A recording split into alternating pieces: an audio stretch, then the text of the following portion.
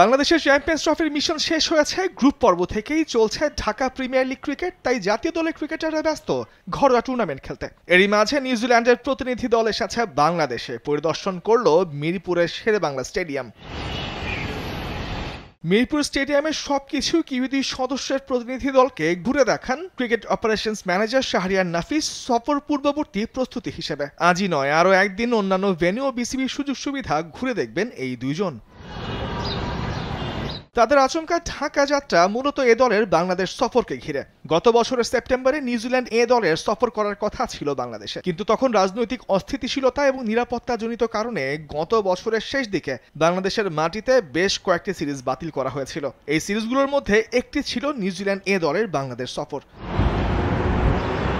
তবে নতুন করে এই সিরিজ আয়োজনের উদ্যোগ নিয়েছে বাংলাদেশ ক্রিকেট বোর্ড ও নিউজিল্যান্ড ক্রিকেট। দুই দেশের বোর্ডের মধ্যেই নিয়ে ইতিমধ্যেই আলোচনা শুরু হয়েছে। সেই ট্যুরের প্রস্তুতির অংশ হিসেবে নিউজিল্যান্ডের প্রতিনিধি দল এখন ঢাকায়। পূর্বের সূচিতে দুটি 4 দিনের ম্যাচ ও 3 ম্যাচের ওয়ানডে সিরিজ মাঠে গড়ানোর কথা ছিল। আবারও দুই ফরম্যাটের দুই সিরিজ আয়োজন করতে প্রস্তুত এখন বিসিবি। তবে এখনো চূড়ান্ত হয়নি সূচি। বিসিবি সূত্রে জানা গেছে মে মাসেই মাঠে গড়াতে পারে এই সফর। তামিমুর রহমান, স্পোর্টস ডেস্ক, দেশ টিভি।